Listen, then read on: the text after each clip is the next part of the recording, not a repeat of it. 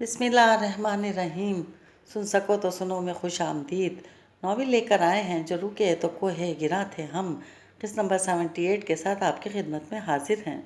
अगर आपने अभी तक हमारा चैनल सब्सक्राइब नहीं किया तो हमारे चैनल को सब्सक्राइब करें और बेल आइकन को प्रेस करना मत भूलिएगा ताकि आने वाली तमाम इक़्सात, तमाम नॉवेल, तमाम कहानियाँ आपको बर वक्त मिलती रहें। शुक्रिया।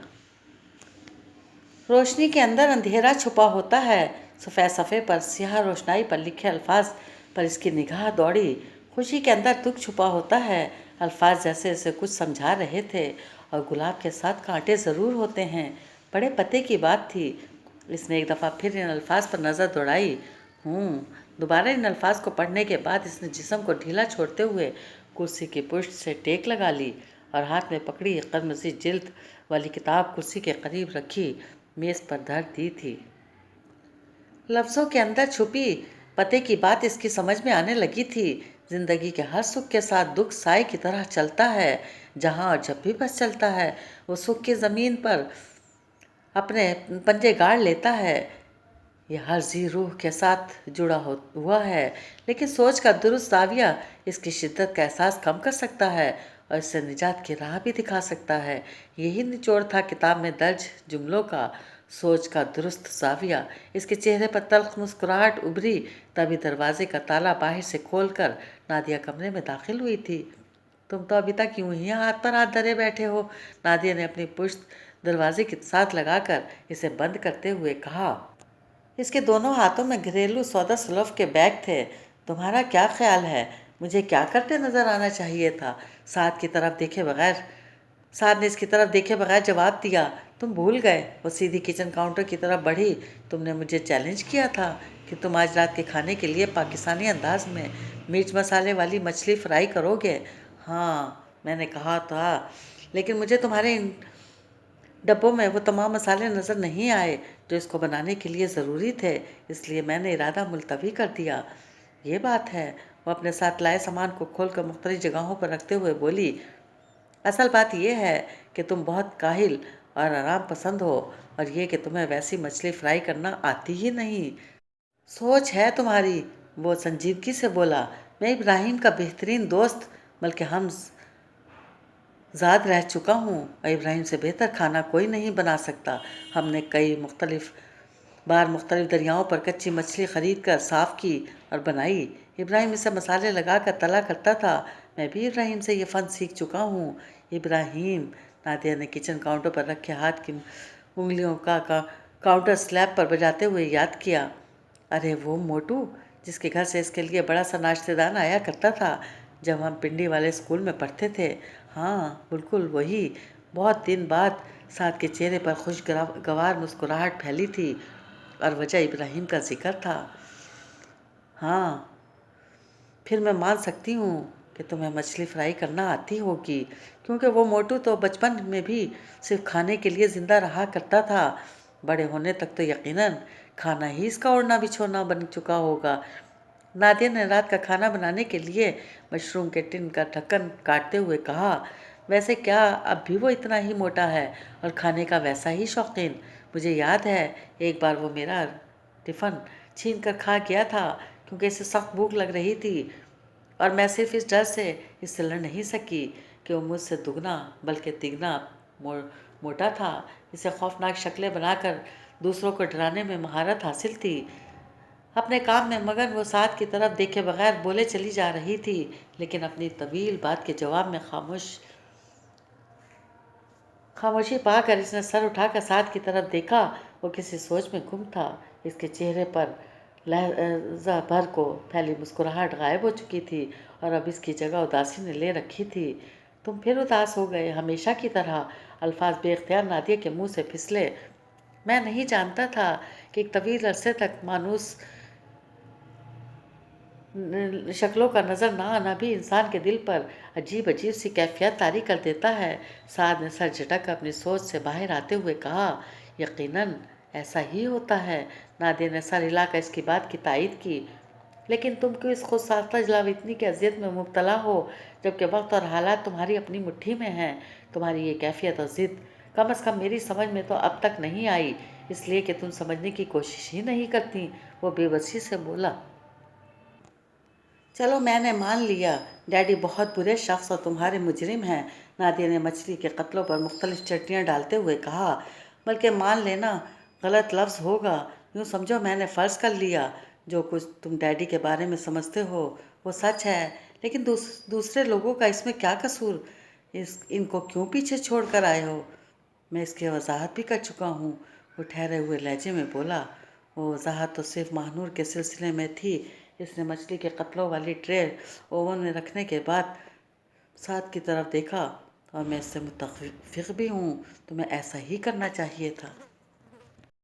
लेकिन इसकी बात मुकम्मिल होने से पहले ही साद ने चौंक कर इसे यूं देखा जैसे इसे नादिया से इस बात की तवक्का ना हो, जैसे वो कह रहा हो पागल हो गई हो जो मेरी इस मंतक से मुत्तफिक होने की बात कर रही हो। लेकिन बाकी लोगों को क्यों छोड़ आए तुम? नादिया ने साद की नज़रों पर में छुपे सवाल को नज़रअंदाज करते हुए कहा।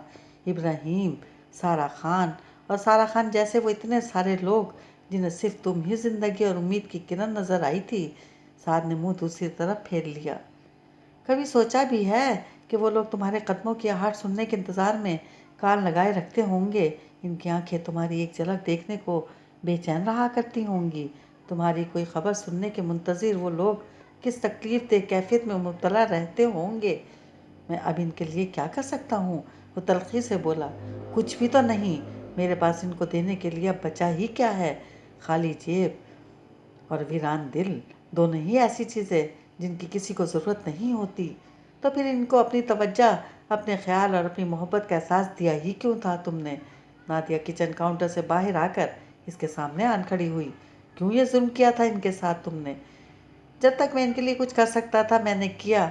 जब इस काबिल नहीं रहा तो रास्ता बदल लेने के सिवा मेरे पास चारा ही क्या था? वो कुछ देर नादिया की तरफ देखते रहने के बाद इससे नज़रें चुराते हुए बोला। तुम समझते हो तुमने अपना रास्ता बदल लिया? नादिया की आवाज़ मामूल से कदरे बुलंद हुई। तुम रास्ता बदलने के बजाय थक कर रास्ते में ही रुक कर बैठ गए हो साथ। और ऐसे रुक जाना ही तुम्हारी ज़िंदगी का सबसे बड़ा अलमिया बन चुका है। ना तुम आगे जा रहे हो, ना ही पीछे पलटने की हिम्मत करते हो। तुम खुद अपने आप को लिए एक ऐसा कोहे गिनाह बन चुके हो जिसे माजी के मातम और मुस्तकबिल से मुतालिक मायूस बातें सोचने के सिवा कोई काम ही नहीं रह गया। और तुम अपना ही रास्ता खोटा कर चुके हो, आगे का भी और पीछे का भी। साद ने चौंक कर नादिया की तरफ देखा। मेरी बातें तल्ख महसूस हुई होंगी, नादिया ने सर हिलाते हुए कहा। ये तल्ख सही मगर हकीकत पर मबनी है। वो वापस किचन काउंटर की तरफ चली गई और ओवन से निकाल कर तैयार मछली की खस्तगी का जायज़ा लेने लगी। कोहे गिरा, कोहे गिरा। कुर्सी पर बैठे साद की समात के इर्द गिर्द वो एक लफ्ज़ छोड़ गई थी जिसकी बाज़गश्त ने इसे अपनी जद में ले लिया था। मैंने राबिया बहन और मौलवी साहब को इनकी बेटी के पास भिजवा दिया था ताकि वो भी थोड़ा आराम कर सकें और आप आराम कर लें। आपने खाना अच्छी तरह खाया है ना? चौधरी सरदार ने बिलाल सुल्तान के कमरे में दाखिल होते हुए पूछा। चौधरी साहब, क्या ये वही कमरा है जिसमें साद आपके पास क़याम के दौरान ठहरा था? बिलाल सुल्तान ने इनकी तरफ सवालिया नज़रों से देखा। जी हाँ, ये वही कमरा है। चौधरी साहब को इन पर तरस आने लगा था। बिलाल सुल्तान के बाल मुंतशिर थे, आंखें थकी हुई और सुर्ख थीं और आवाज़ बोझल हो रही थी। आपको कैसे लगा कि ये वही कमरा है जिसमें साद ठहरा था? वो नर्म मुस्कुराहट के साथ बिलाल सुल्तान की तरफ देखते हुए बोले। इसके ज़ेर इस्तेमाल बहुत सी चीज़ें अब भी यहाँ मौजूद हैं, बिलाल सुल्तान ने सांस खींचते हुए कहा। और इन चीज़ों में अभी तक इसकी महक रची हुई महसूस होती है। बेचारे बिलाल साहब। चौधरी साहब को बिलाल की बात सुनकर ख्याल आया। एक बेटा हाथ से गंवा बैठे, दूसरा इस उम्र में साथ छोड़कर कहीं गुम हो गया। आप अगर फ्रेश हो चुके हों तो उठिए, मैं आपको खारी से मिलवाऊं। आप इससे मिलकर खुश हो जाएंगे। कैसा फरिश्ता सिफ्त बेटा है आपका। उन्होंने अपने तई बिलाल सुल्तान का दुख बांटने की कोशिश की। मैं इससे क्या कहकर मिलूँगा चौधरी साहब? इसे क्या बताऊँगा कि मैं कौन हूँ? इसकी एक ढप्पा चलती ज़िंदगी में इंतशार फैलाने में कहाँ से आ गया हूँ? बिलाल सुल्तान की आंखें भीग गईं। इंसान अपनी ज़िंदगी में चाहे कितनी ही अनहोनियों के लिए तैयार क्यों ना बैठा हो चौधरी साहब, कोई ना कोई अनहोनी ऐसी ज़रूर हो जाती है जो इसके होश उड़ा देने के लिए काफ़ी होती है। मेरा वो बेटा जिसे मैं बरसों पहले जी भर कर रो चुका हूँ, मेरे सामने खारी के रूप में आकर खड़ा होगा। ऐसी अनहोनी की तवक्का तो मैंने मुझ जैसा होशियार इंसान भी कभी नहीं कर सकता था। शायद इसीलिए कहते हैं कि ज़िंदगी की बिसात के सारे मोहरे अल्लाह खुद चलाता है, इंसान का इन पर कोई इख्तियार नहीं होता। चौधरी साहब ने कहा। ठीक कहते हैं आप, बिलाल सुल्तान ने सीधे होकर बैठते हुए कहा। एक ये ही नुक्ता तो सारी उम्र गुजारने के बाद समझ में आया है कि इख्तियार अल्लाह अपने पास ही रखता है। तो फिर चलें खारी से मिलने के लिए, चौधरी साहब ने कहा। मैं इस वक्त हद से ज़्यादा खौफजदा हूँ चौधरी साहब। मेरे इस बेटे का मुझसे मिलने पर रिएक्शन क्या होगा? मैं इस एक लम्हे का सामना करने की हिम्मत खुद में पैदा नहीं कर पा रहा। बिलाल सुल्तान के अंदाज में बेबसी थी। चौधरी साहब ने कुछ देर बिलाल सुल्तान को देखते रहने के बाद सर हिलाया। मैं समझता हूँ बिलाल साहब, लेकिन इस एक लम्हे का सामना तो आपको करना ही पड़ेगा। इस गरीब को तो हम कुछ अर्सा पहले ये इशारा दे चुके हैं कि वह आपका बेटा है, और जहाँ तक मुझे मालूम है वो इस बात से ज़्यादा कि वो आपका बेटा है, इस बात पर एक्साइटेड था कि उस्ताद सुल्तान का भाई है। आप जानते हैं कि मेरे अचानक बैरूनी सफ़र और फिज़ा साहिबा के यहाँ से चले जाने के बाद जब हर तरफ से इसका ये दावा मुस्तरद हो गया कि उस्ताद सुल्तान का भाई है, तो इसी वजह से वो मायूस होकर ख़ुदकशी जैसी हमाकत करने चला था। यही तो वो बात है जिससे मैं डरता हूँ, बिलाल ने जवाब दिया। इसके लाइला मुतमईन मगन मसरूर ज़िंदगी में क्या ये इंकशाफ बिगाड़ ना पैदा कर देगा कि इसके सामने बैठा शख्स इसका बाप है। वो बाप जो इतना जालिम था कि इसे बिल्लियों कुत्तों की खुराक बनने के लिए बस के अड्डे पर छोड़ गया। एक बेटे को उम्र भर की अजियत से बचाने के लिए लाइलम रखने की सही की सज़ा मैं पहले भुगत रहा हूँ। दूसरे के रद्द अमल को शायद यूँ बराह रास्त फेस ना कर पाऊँ। ना आपकी नीयत में खोट था, ना ही मोहब्बत में कुछ कमी, चौधरी साहब ने इनकी हिम्मत बनाते हुए कहा। आपका क्या कसूर जो सारी तदबीरों के बावजूद नताइज ना आ सके जो आपने सोच रखे थे? खुद को इस मुजरिमों वाली कैफियत से निकाल लीजिए बिलाल साहब। मेरी नज़र में तो आप इस पूरी कहानी के हीरो हैं। मैं तो आपकी हिम्मत और हौसले को सलाम पेश करता हूँ। हीरो? बिलाल ने सर उठाकर पूछा। कौन, मैं या साद, जिससे वापसी का तसव्वुर हर किसी पर खुशी की कैफियत तारी कर देता है? आप बिलाल साहब, आप, चौधरी सरदार ने यकीन दिलाते हुए कहा। आप इस पूरी दास्तान के हीरो हैं। साथ तो मेरे ख्याल में बुज़दिल निकला जो ज़रा सी हकीकत को कल समझकर इसका सामना करने के बजाय भाग निकला। आपकी तरह मुश्किल तरीन वक्त में हवास कायम रखना ही हीरोइज़्म की तशरीह है। उन्होंने बात मुकम्मिल करके बिलाल सुल्तान की तरफ देखा, जिनके चेहरे के तने हुए नक़ूश अब कतरे ढीले पड़ गए थे। सारा ने अपने फ़ोन की स्क्रीन पर नज़र आते शख्स को देखा। वो इसे कई बरस बाद देख रही थी। वो इसे बहुत अच्छी तरह जानती भी थी, लेकिन न जाने क्यों फ़ोन की स्क्रीन पर नज़र आता शख्स इसे नामानूस सा महसूस हो रहा था। इसकी हर दम चमकती आंखें बुझी बुझी महसूस हो रही थी। इसका मुस्कुराता चेहरा उदास था। वो थका हुआ और मुज़म्मिल नज़र आ रहा था। सबसे बढ़कर इसके चेहरे पर मायूसी और नाउमीदी छाई हुई थी। मामूल और गर्द आलूद लिबास में मलबूस वो लड़का न जाने कहाँ कहाँ की खाक छानता बिलाल सुल्तान के इस महल नुमा घर तक आ पहुँचा था। रकू, सारा ने कुछ देर स्क्रीन को देखते रहने के बाद सरगोशी के से अंदाज में कहा। उगते सूरज की सरजमीन का वो बाशिंदा नगर नगर घूमता, प्रिया रानी को खोजता कहाँ तक चला आया था। छोटी छोटी आंखों और गोल छोटी सी नाक वाले रक्कू ने स्क्रीन की तरफ देखा। प्रिया रानी सारा खान बन चुकी थी। इसका लागर बीमार जिस्म तवानाई और शिफा हासिल कर रहा था। इसके चेहरे पर छाई मुर्दनी जिंदगी की रौनक से अपना आप बदल चुकी थी। वो इसके सामने थी, मगर इसकी दस्तरस से इतनी दूर कि वो हाथ बढ़ाने पर भी इसको छू नहीं सकता था। तुम अब आए हो रक्कू, इतने अरसे के बाद, सारा खान ने इस सरगोशी के अंदाज में कहा। इतना कुछ हो जाने के बाद, इतना कुछ बदल जाने के बाद, जबकि मैं तो तुम्हें रात की तन्हाइयों में बेबसी के आलम में दिल से आवाज़ें देती रही, तुमने मेरी एक भी आवाज़ नहीं सुनी। मेरी बिसात बहुत मुख्तसर और औकात बहुत छोटी थी सारा खान, रकू ने कहा। अपनी बिसात और औकात के मुताबिक मैंने तुम्हें कहाँ कहाँ नहीं ढूंढा। मैं भी पुकारता रहा, मैं भी हर नज़र आने वाले चेहरे में तुम्हें तलाशता रहा। मुझसे चूक सिर्फ इतनी हुई कि मैंने तुम्हें इन जगहों पर ढूंढने की कोशिश की जहाँ मेरे ख्याल में तुम हो सकती थी। सरकारी खैराती अस्पतालों में, रफ़ाई अदारों में और दारुल अमानों में। भूल कर भी मुझे ख्याल नहीं आया कि तुम ऐसी किसी जगह के अलावा भी हो सकती हो। इससे बेहतर, इनसे ज़्यादा ख्याल रखने वाले हाथों ने तुम्हें थाम रखा हो सकता था। यही मेरी गलती थी सारा। इसके मुस्कुराने की एक बस सी कोशिश की। सर्कस का एक मस्खरा, आखिर इससे ज़्यादा सोच भी क्या सकता था। फिर सारा ने बेताबी से कहा, फिर तुम यहाँ तक मुझ तक कैसे पहुँचे? महानूर बीबी के बताने पर। रक्कू का जवाब मुख्तसर था। ओह, सारा के ध्यान में महानूर उतर आई थी। लेकिन जब मुझे मालूम हुआ कि मैं तुम्हें गलत जगहों पर ढूंढता रहा था और ये कि तुम इससे कहीं बेहतर इस जगह पर मौजूद हो, तो मैंने तुम्हारा पीछा करने का ख्याल तर्क कर दिया था और शायद मैं यहाँ तक पहुँचने की जुर्रत भी ना कर पाता अगर जो खान चाचा मुझे हौसला ना देता, मेरी हिम्मत ना बनाता। खान चाचा? सारा के मुंह में जैसे किसी ने करवाहट भर दी। इसका चेहरा तल्ख हो गया। वो बुज़दिल और जालिम शख्स जो उम्र भर मुझे अपनी बेटी कहता रहा और जब मैं इसके काम की नहीं रही तो मुझे यूं लावारिसों की तरह फेंक दिया जैसे इसका मेरा कोई ताल्लुक़ ही नहीं था। तुम्हारा हक़ है, तुम जो चाहे कहती रहो, लेकिन खान चाचा की बिसात और औकात शायद मुझसे भी छोटी थी।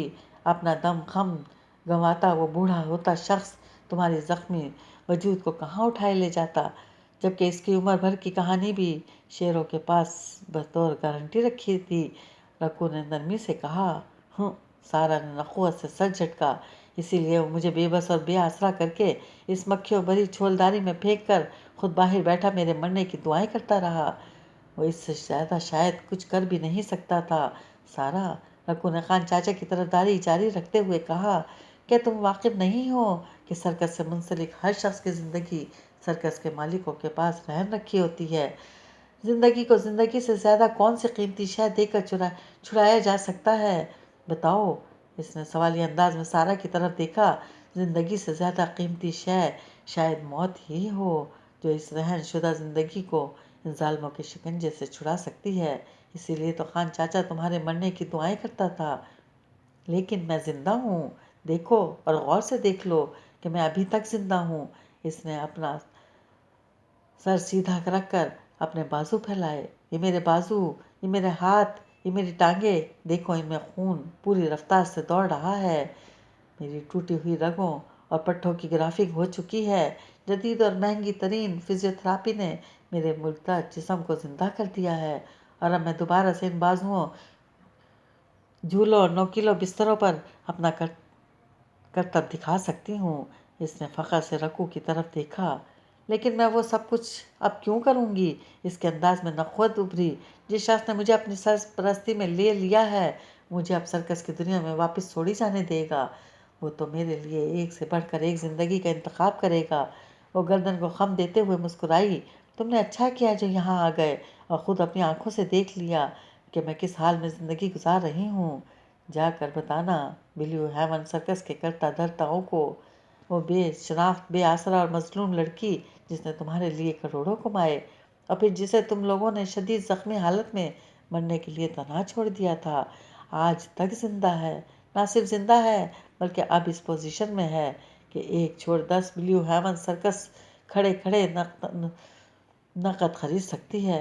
रकू ने सारा के लहजे की हकारत और तलखी को सुकून से मुस्कुराते हुए अपने अंदर उतारा और सर हिलाते हुए बोला, तुम बेफिक्र रहो, मैं तुम्हारा ये पैगाम बगैर किसी लफ्ज़ को आगे पीछे किए इन तक पहुँचा दूँगा। मैं ममनून रहूँगी।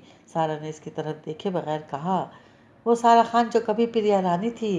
रकू इसकी तरफ देखकर एक बार फिर अपनी मखसूस मुस्कुराहट के साथ सर हिलाते हुए बोला, अच्छा मैं चलता हूँ।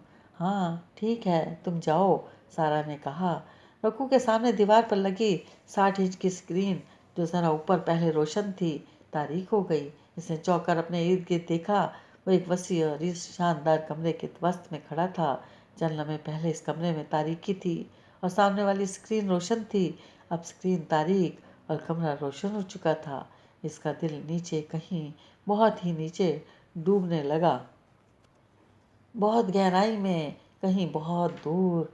इसने अपने डूबते दिल को سہارا دینے کی کوشش کی اور دائیں بائیں دیکھتے ہوئے کمرے سے باہر نکلنے کا دروازہ تلاش کرنے لگا۔ اسی طرح ایک دروازے سے وہ شخص داخل ہوا جس نے بتایا تھا کہ وہ اس گھر کی دیکھ بھال کرنے پر مامور عملے کا ہیڈ ہے۔ اس کے پیچھے لوازمات خورد نوش سے بھری بڑی سی ٹرے اٹھائے ایک باوردی شخص اندر چلا آیا تھا۔ رضوان الحق صاحب، راضی نے اس کے قریب آ کر کہا، آپ تشریف رکھیے۔ اس نے اس کا ہاتھ پکڑ کے اسے صوفے پر بٹھایا اور ملازم کو اشارے سے ٹرے میز پر رکھنے کو کہا، آپ ہمارے مہمان ہیں اور کچھ دن ہمارے ساتھ ہی قیام کریں گے۔ وہ کہہ رہا تھا، نہیں جی وہ میں، رکو نے گھبرا کر کہا، نہیں نہیں تو ہو ہی نہیں سکتا، یہ زونی کا فرمان ہے جو میم سیمی کے کہنے پر جاری ہوا ہے۔ اپنے ان دونوں خواتین کا فرمان نظر انداز کرنے کی ہمت تو ہرگز نہیں کر سکتا، لیکن اس نے کہنا چاہا، کھانا لیکن کچھ نہیں، جب تک میم سیمی واپس نہیں آ جاتی آپ یہیں رکیں گے، اور ان کی واپسی میں اب وقت ہی کتنا باقی رہ گیا ہے، یہی کوئی ہفتہ 10 دن۔ راضی لاپرواہی سے بولا تھا، ارے آپ یہ اسنیکس لیں نا۔ اس نے ایک پلیٹ اس کی طرف بڑھاتے ہوئے کہا، چائے میں چینی کتنی لیتے ہیں آپ؟ اور کوئی بات کرنے کا موقع نہیں دے رہا تھا۔ آپ نے میری شادی ایک لاوارث بے شناخت غریب سے لڑکے سے کی تھی اماں، اور میں بھی شادی کے لیے اس لیے رضامند ہو گئی تھی کہ اس بے آسرا لڑکے پر میرا روب رہے گا اور اس کی وجہ سے میں چودھری سردار کے فارم ہاؤس میں رہنے کے مزے لوٹا کروں گی۔ سعدیہ نے شکستہ اور ہاری ہوئی آواز میں کہا۔ رابعہ کلثوم نے اس کی بات سنتے ہوئے چونک کر اس کی طرف دیکھا، لیکن وہ لاوارث بے شناخت اور غریب لڑکا تو بڑا مقدروں والا نکلا۔ اماں پل کے پل میں فقیر سے شہزادہ بن گیا، لاوارث کے وارث مل گئے، اسے ایسی شناخت مل گئی جو عمر بھر سر اٹھا کر چلنے کے لیے کافی ہے۔ اس کے ارد گرد روپے پیسے ہیرے جواہرات کے محل کھڑے ہوں گے۔ وہ بغیر جست لگائے زمین سے آسمان پر جا پہنچا ہے۔ آسمان جہاں سے نیچے نظر ڈالنے پر زمین پر رہنے والے ننھے ننھے بونے نظر آتے ہوں گے، بے حیثیت اور حقیر بونے۔ لیکن تم یہ سب کیوں کہہ رہی ہو سعدیہ؟ تم ایسی دکھی اور پریشان حال کیوں نظر آنے لگیں میری بات سن کر؟ رابعہ کلثوم کچھ سمجھ نہیں پائی تھی سعدیہ کو ہوا کیا تھا۔ آپ کی سمجھ میں نہیں آ رہا اماں کہ آئندہ کیا ہونے والا ہے؟ سعدیہ ان کی ناسمجھی پر تلخ ہوتے ہوئے بولی، تمہارے لیے تو یہ بہت بڑی خوشخبری ہے۔ رابعہ کلثوم ابھی بھی اس کی بات نہیں سمجھی تھیں، وہ سعدیہ کی پریشانی کا محرک سمجھنے سے قاصر تھیں۔ حیرت ہے اماں، آپ اسے خوشخبری سمجھ رہی ہیں؟ سعدیہ نے ماں کی بے نیازی اور ناسمجھی پر حیرت سے کہا، بلال سلطان صاحب جن کی کہانی آپ نے مجھے سنا رکھی ہے، ان کی کہانی میں رابعہ کلثوم یعنی رابعہ میراسن کی کیا حیثیت ہے آپ نہیں جانتی کیا؟ وہ مولوی سراج سرفراز کو کیا سمجھتے ہوں گے آپ کو معلوم نہیں کیا؟ رابعہ کلثوم کو یکایک آگہی کا پہلا جھٹکا لگا۔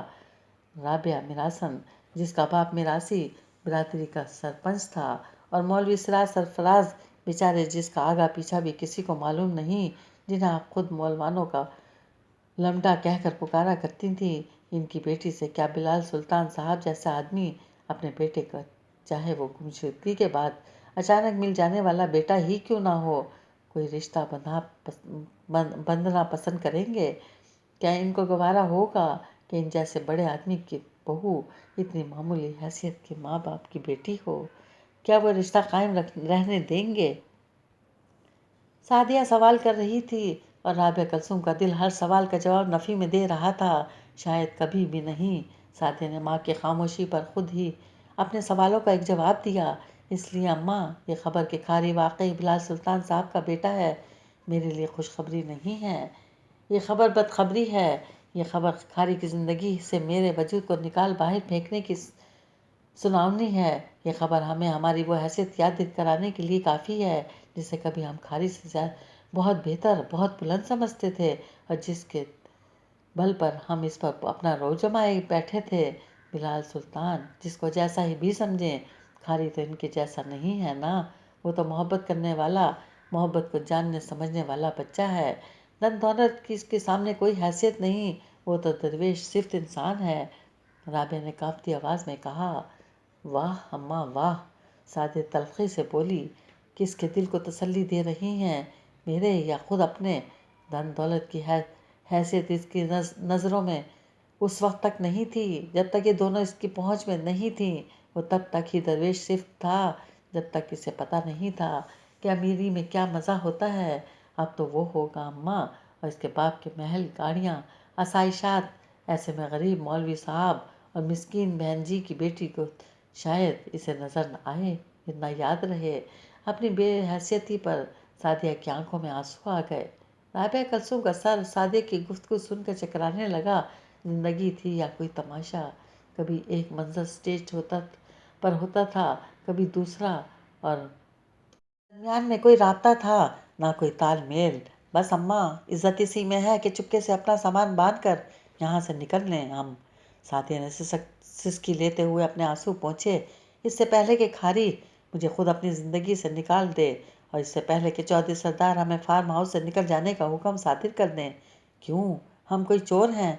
हमने किसी का कत्ल किया है या लूटा है किसी को? राबिया कुलसूम पर हालात वाक़ियत का रद्द अमल सवार हो गया था। जब भी वो चिल्लाते हुए बोली थी, हम अगर गरीब मौलवी साहब और मिस्किन राबिया कुलसूम हैं तो हाँ हैं, और बड़े फ़ख्र से कहते हैं कि हम फ़लाँ फ़लाँ हैं, अपनी मेहनत करते हैं और मेहनत का कमाया खाते हैं। ख्वाह सूखी रोटी और बग़ैर दूध की चाय ही हमारा खाजा हो, तब भी हमें इस बात का डर नहीं कोई उंगली उठाकर कहेगा कि फ़लाँ फ़लाँ का दिया खाते हो। सर उठाकर जीते हैं और सर उठाकर ही चलते रहेंगे। कोई काम होता है हमें निकल जाने का हुक्म सादर करने वाला। बात आपकी नहीं, बात बिलाल सुल्तान की है अम्मा। सादे ने इनके रद्द अमल को कोई ख़ास असर न लेते हुए कहा। अरे छोड़ो भी बिलाल सुल्तान को। राबिया कुलसूम ने हाथ से दफ़ा दूर किया। बादशाह होगा तो अपनी नज़र में होगा। आज इसके पास धन दौलत आ गई तो ये इसकी किस्मत है। गुजरे कल को कैसे भूलेगा? इसमें वो हम ऐसे के साथ ही उठता बैठता था और हमारी ही गोदों में इसका बड़ा बेटा पलता था। आपके गुस्से में आने और गुस्सा दिखाने से क्या फ़र्क पड़ेगा? अम्मा, होनी हो चुकी और अगली होने को होने से रोक नहीं सकते। सादिया ने कहा, देख लेंगे क्या होता है, ना गम करो मेरी बच्ची। राबिया ने सादिया को अपने साथ लगाते हुए कहा, ऐसा ही ज़र का मुरीद निकलेगा ना खारी, तो हम खुद इस पर 3 हुर्फ भेज कर इसकी ज़िंदगी से निकल जाएंगे। वो हमें क्या निकालेगा? वो सादिया के उलझे बाल हाथ से सुलझाते हुए बोली, तुम क्यों गम करो? तुम्हारे माँ बाप भी जिंदा हैं, जैसे गुजारते आए हैं आगे भी गुजार लेंगे। ना हुआ खारी हमारी ज़िंदगी में तो क्या क़यामत आ जाएगी? वो ख़ुद को तसल्ली दे रही थीं या सादिया को, इन्हें खुद भी मालूम नहीं था। सारा के अल्फाज इसके कानों में गूंज रहे थे। तुम खुद अपने आप के लिए एक ऐसा कोहे गिरा बन चुके हो जिसे माजी का मातम और मुस्तकबिल के बारे में मायूस कुन बातें सोचने के सिवा कोई काम ही नहीं रह गया। कोहे गिरा, इसे याद आया, साईं अख्तर ने भी तो ऐसी ही कोई बात कही थी। सज़ा और जज़ा का इख्तियार जब इंसान अपने हाथ में लेने की कोशिश करता है तो इस अमल को पूरा कर सकता है, ना अपनी राह का मुसाफिर रह पाता है। सफ़र बेमुराद रह जाता है और अपनी अज़ियतों की सलीब इसके लिए कोहे गिरा बन जाती है जिसे वो ना उठा पाता है, ना गिरा देने पर कादिर होता है। कोहे गिरा, इसने इस लफ्ज़ को दोहराया। सफ़र बेमुराद, अज़ियतों की सलीब, रास्ता खोटा। इसने आंखें बंद कर लीं। इसकी नज़रों के सामने जर्द रंगत, कमज़ोर जिस्म, खून निचड़ी सफ़ेद हथेलियों वाली सारा खान का सरापा घूमा। खाना बदोश बच्चों के दौड़ते भागते नीम बरहना और बाज़ औक़ात नंग धड़ंग वजूद घूमे जो मुट्ठी भर सिक्कों के लिए पंजे उठा उठा कर सड़क पर धीमी रफ्तार में चलती इस गाड़ी को देखने का इंतज़ार किया करते थे। वो बूढ़े और नातवाना चेहरे घूमे जो हफ्ते 2 हफ्ते बाद इसकी आमद के इंतज़ार में घरों की दहलीज़ों पर बैठे रहते। कब वो लड़का आए जो इनके पास बैठकर इनके दुख सुख सुनता, इनको लतीफ़े सुनाकर हंसाता। वो सब किस हाल में होंगे? इसने घबरा कर आँखें खोल लीं। आंखों में इंतज़ार के चिराग जलाए।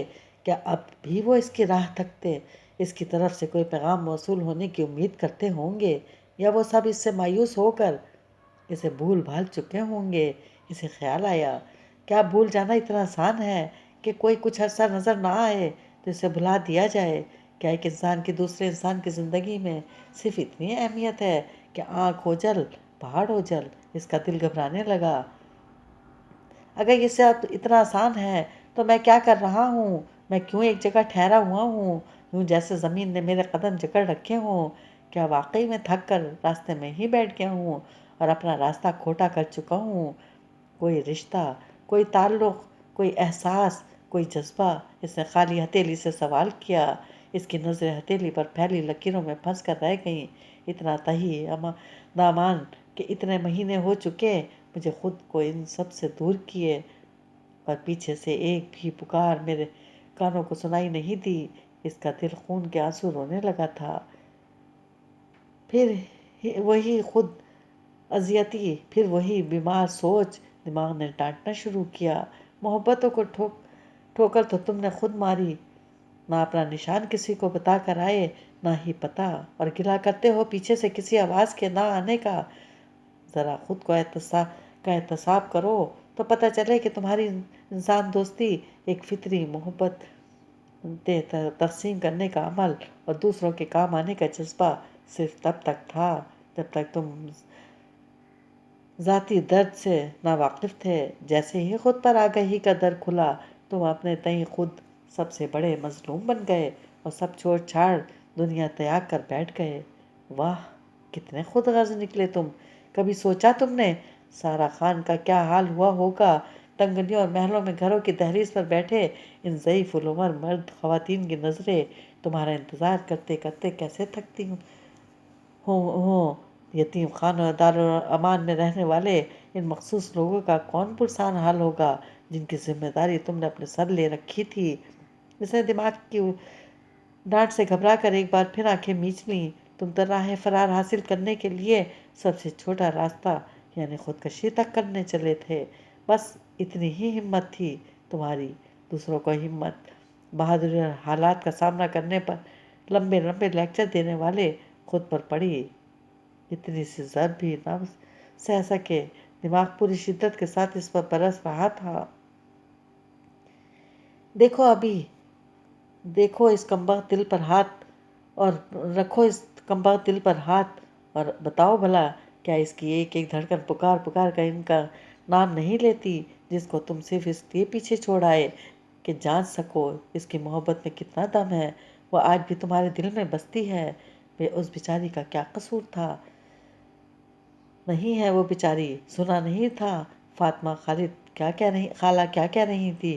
وہ مزے میں ہے، کوئی کورس کرنے شہر سے باہر گئی ہے۔ اتنا ہی تمہارے لیے ہر کان ہو رہی ہوتی تو کیا یوں مگن ہوتی پڑھائی میں؟ اس نے سوچا تھا، لیکن دل سے تو ایک ہی آواز ابھر رہی تھی، ایک ہی نام سماعت میں گونجنے لگا تھا، ماہ نور، ماہ نور۔ دماغ خراب ہو گیا ہے تمہارا؟ سیمی آنٹی نے اینک کے اوپر سے سارا کو گھورتے ہوئے کہا۔ وہ لڑکا نہ جانے کہاں کہاں تمہیں تلاش کرتا تم تک پہنچا ہے اور تم نے اسے جھٹک دیا۔ شرم کرو اور یاد کرو ان راتوں کو جب تم ڈپریشن زدہ نیند سے اٹھ کر چلا چلا کر اس کا نام پکارا کرتی تھی، جب بلیو ہیون سرکس والوں میں سے اس کے علاوہ تمہیں کوئی دوسرا یاد بھی نہیں آتا تھا۔ سارا نے ان کی طرف دیکھتے ہوئے ان کی بات سنی اور پھر ایک طنزیہ مسکراہٹ کے ساتھ چہرہ دوسری طرف پھیر لیا۔ اچھا تو آپ چھپ کر اس سے ہونے والی میری گفتگو سن رہی تھیں؟ اس کا لہجہ کاٹ دار تھا۔ میں کبھی نہ سن پاتی اگر راضی نہ بتاتا کہ کون لڑکا تم سے ملنے آیا تھا۔ سیمی آنٹی پر سارا کے انداز کا ذرا برابر بھی اثر نہیں ہوا۔ چلیں، اچھا ہے کہ آپ نے سن لیا۔ سارا نے اپنے دونوں بازو سامنے باندھتے ہوئے کہا۔ اب شروع ہو جائیں نصیحتیں کرنا۔ میں نصیحت نہیں کر رہی، تمہیں کچھ یاد دلا رہی ہوں، سیمی نے کہا۔ آ گیا یاد؟ سارا نے ان کی طرف دیکھا۔ اب آپ آگے بولیں۔ میں دیکھ رہی ہوں کہ جوں جوں تمہارا جسم صحت اور تازگی پکڑتا جا رہا ہے تو تمہارا گستاخ لہجہ ہونے لگا ہے۔ وہ سارا مسکرائی۔ یہ تو کوئی نئی بات نہیں کی آپ نے۔ آپ کو تو میں اس وقت بھی گستاخ لگا کرتی تھی جب زندگی کے بارے میں بیزار گفتگو کرتی تھی۔ ہاں، سیمی نے بلند آواز میں کہا، تمہاری ہر انتہا آخری ہی ہوتی ہے۔ اس وقت تم اپنی بے بسی اور ناکارہ وجود کا رونا روتے نہیں تھکتی تھی اور تمہیں زندگی میں کوئی مثبت بات نظر ہی نہیں آتی تھی، اور آپ کا سارا دن مجھے ان وقتوں سے ڈراتے گزر جاتا تھا جب صاحب نے ہماری زندگی سے چلے جانا تھا، جب سعد کی دی ہوئی زکوٰۃ اور خیرات کا سلسلہ ختم ہو جانا تھا، سارا کے لہجے میں پوری شدت سے طنز چھلکا۔ آپ نے دیکھا؟ اس نے بھویں چڑھاتے ہوئے سیمی کو جتائی ہوئی نظروں سے دیکھا۔ ساتھ چلا گیا، ہماری زندگیوں سے نکل گیا، مگر پھر بھی کوئی قیامت نہیں آئی۔ ہمارے دن پہلے سے بھی بہتر اور بہتر ہوتے چلے جا رہے ہیں۔ اب دیکھیں، آج کو دیکھیں، کیا ہے جو ہمارے پاس نہیں ہے؟ اس نے اپنے بازو کھول کر پھیلاتے ہوئے کہا۔ دنیا بھر کے سارے سرخ قالین ہمارے قدموں تلے بچھے ہیں اور ہم ہر جگہ یوں جاتے ہیں جیسے کوئی بہت اہم شخصیت ہوں۔ سیمی نے بے یقینی سے سارا کے اس انداز کو دیکھا۔ ان کا دل رکنے لگا۔ اور جانتی ہو اس کی وجہ کیا ہے؟ انہوں نے خالی نظروں سے سامنے دیکھتے ہوئے کسی زومبی کی طرح سوال کیا۔ ہاں جانتی ہوں، سارا نے پورے اعتماد کے ساتھ جواب دیا۔ ہمارے ساتھ یہ سب اس لیے ہو رہا ہے کہ ہم اپنے برے دن گزار چکے ہیں۔ ہم نے اپنے حصے کی مشکلیں، دکھ اور آزمائشیں سہ لیں۔ اب بدلاؤ کا زمانہ ہے جو ہر انسان پر آتا ہے۔ دکھ، اذیتیں اور آزمائشیں جنہوں نے کبھی دیکھی بھی نہیں ہوتی۔ بدلاؤ کا زمانہ ان سب کے دروازے وا کر دیتا ہے، اور جنہوں نے سہے ہی صرف اذیتیں اور دکھ ہوتے ہیں۔ ان پر بدلاؤ کا زمانہ زندگی کی نعمتیں برسانے لگتا ہے۔ واہ کیا خود ساختہ تجربہ ہے، سیمی نے بے اختیار کہا۔ اتنی سی عمر میں اتنا کچھ دیکھ لینے کے بعد بھی تمہیں اندازہ نہیں ہوا کہ بدلاؤ کا زمانہ کسی کے لیے کچھ نہیں کر سکتا جب تک اوپر بیٹھی سب طاقتوں سے بڑی طاقت نہ چاہے، جب تک وہ سب جو تمہیں مل رہا ہے تمہاری قسمت میں نہ لکھا ہو۔ اگر ایسا نہ ہوتا اور وہ بدلاؤ کے زمانہ والا تمہارا فلسفہ درست ہوتا تو کچھ لوگ تمام عمر سونے کے چمچے سے نوالے منہ تک لیتے نہ دکھائی دیتے، اور کچھ لوگوں کے مقدر میں تمام عمر ایڑیاں رگڑ رگڑ کر ایک ایک پل گزارنا نہ لکھا ہوتا۔ جو جیسی زندگی گزار رہا ہوتا ہے ویسے ہی تجزیے زندگی کے بارے میں کیا کرتا ہے۔ میں ایک عام انسان ہوں، فرشتوں جیسی گفتگو کی توقع مجھ سے نہ کریں تو بہتر ہے، سارا نے بے نیازی سے کہا۔ تمہارے پاس کیا گارنٹی ہے کہ یہ جو آج تم پر اتنے اچھے دن اترے ہیں ہمیشہ رہنے والے ہیں؟ سیمی نے چپتا ہوا سوال کیا۔ اس کا انحصار میری آج کی پلاننگ پر ہے۔ تمہاری پلاننگ کیا ہوئی جو پریا رانی کی حیثیت سے تم نے کی تھی؟ منہ اور سر کے بل گرنا تو یقیناً تمہاری پلاننگ میں شامل نہیں تھا۔ سیمی کے لہجے میں پہلے سے زیادہ چبھن اتری۔ اس وقت میں کم عمر تھی اور ناتجربہ کار، سارا کے انداز میں خود بے نیازی تھی۔ اب مجھے خوب معلوم ہو چکا ہے کہ وقت اگر میرے ہاتھ میں ایک ستارہ پکڑائے تو اس کے ذریعے مجھے چاند تک کیسے پہنچنا ہے۔ بلیو ہیون والوں نے مجھے میرے بچپن سے لے کر اس وقت تک جب میں گری خوب ایکسپلائمنٹ کیا، میرے ذریعے کروڑوں کمائے، مگر میرے اہمیت ان کی نظروں میں 2 کوڑی کی بھی نہیں تھی۔ آپ نے خود اپنی آنکھوں سے دیکھا کیسے مجھے بے بس موت مارنے کے لیے چھوڑ دیا گیا، اور پھر جب میں وہاں سے اٹھائی گئی، اور اس کے بعد سے اب تک جب تک ماہنور کے ذریعے انہیں یہ خبر نہیں پہنچ گئی، میں نہ صرف زندہ ہوں بلکہ کروڑوں میں کھیلنے والا ایک شخص میرا سرپرست بن چکا ہے۔ انہیں میری یاد نہیں آتی۔ جیسے ہی میری موجودہ حیثیت کا علم ہوا انہوں نے اپنا جاپانی گڈا بھیج دیا میرے پیچھے۔ اب میں اسے دوبارہ سے پریا رانی بن گئی، خان بابا کی پریا رانی، رکو کی پریا رانی، بلیو ہیون سرکس کی شہزادی پریا رانی۔ اس نے ایک استہزائیہ قہقہ لگایا۔ اسی لیے میں نے واپس بھیج دیا اسے تاکہ اس کے ذریعے بلیو ہیون والوں کو پیغام پہنچ جائے کہ زندگی اس وقت تک ختم نہیں ہوتی جب تک اس کا پورا وقت پورا نہ ہو جائے، اور وقت کا کیا ہے، وہ تو کسی بھی وقت کوئی بھی کروٹ لے سکتا ہے۔ سیمی نے ایک ٹک سارا کو دیکھتے ہوئے اس کی بات سنی تھی۔ ان کے سامنے جو سارا کھڑی تھی، اس کی جسمانی اور ذہنی بحالی کے سفر کی ایک ایک پل میں وہ اس کے ساتھ رہی تھی۔ وہ ٹوٹی پھوٹی شکستہ حال لڑکی اب ایک نارمل انسان تھی۔ اس نے قیمتی لباس پہن رکھا تھا۔ وہ اس اجنبی ملک کے دارالحکومت میں ایک 5 اسٹار ہوٹل کی لگژری کمرے میں ٹھہری ہوئی تھی۔ اس کی فزیوتھراپی اور جسمانی تربیت مکمل ہونے میں چند ہی دن باقی رہ گئے تھے۔ اس کے بعد اسے واپس وطن لوٹ جانا تھا۔ بلال سلطان اس پہ اتنے مہربان کیوں تھے؟ اس ایک اہم نقطے پر دھیان دینا بھول رہی تھی۔ وہ اس سعد سلطان کو بھول گئی تھی جس کے صدقے وہ آج یوں خود اعتمادی کے ساتھ اپنے پیروں پر کھڑی دنیا کی نظروں میں نظریں ڈالنے کی ہمت تک آ پہنچی تھی۔ पिछले कई दिनों में इसने कभी भूले से भी सात सुल्तान को याद नहीं किया था। वो सात सुल्तान जिसकी एक आमद से लेकर अगली आमद तक के दरमियानी अरसे के हफ्ते दिन घड़ियां सातें तक इसने गिन रखी होती थी। वो सात सुल्तान जिसका कंधा इसकी हर लड़खड़ाहट पर सहारे के लिए इसके सामने हाजिर रहता था। वो जो इसके एक से दो, तीन से लेकर 3 तक की गिनती पर किसी जिन की तरह इसके सामने मौजूद होता था, वही सात सुल्तान अब कहाँ था, किस हाल में था, इस सारा खान ने शायद कभी भूले से भी इसे याद नहीं किया था। नहीं बदल सकती। शेरों के सर्कस के किसी घोड़ा गाड़ी के पहिए के करीब नौज़ायदा बच्ची फेंक जाने वाली माँ बाप का दिल भी तो ऐसा ही पत्थर और बेहिस होगा ना, जैसी बेहिसी आज की सारा खान में उतर आई है। ये बेहिसी तो थी जो सफाक माँ से जिगर के टुकड़े को यूं लावारिस वहाँ रखवा गई। फिर सारा की जबलत में मोहब्बत और लगावट कैसे उतरती। खुद गर्जी की पट्टी आंखों पर बांधे सारा अंधाधुंध आगे बढ़ने लगी थी और सिमी को इसके आने वाले दिनों से न जाने क्यों एक अनजाना सा खौफ महसूस होने लगा था। सारा जल्दी करो भाई, मिस्टर डेंग तुम्हारा इंतज़ार कर रहे होंगे। जूनी ने कमरे का दरवाज़ा खोलकर झांका। सारा तेज़ी से हल्के गुलाबी रंग का क्लिप ग्लोस होठों पर फेरते हुए निकली। आप जाएंगी सिमी आंटी? इसने जाते जाते रुक कर पूछा। नहीं। सिमी का दिल एकदम इस बेहिसी पर पूरे माहौल से उतार सा गया था। चलें फिर बैठें तन्हा और याद करती रहें इस जापानी गुड्डे को, इसने कहा और तेज़ी से कमरे से बाहर चली गई।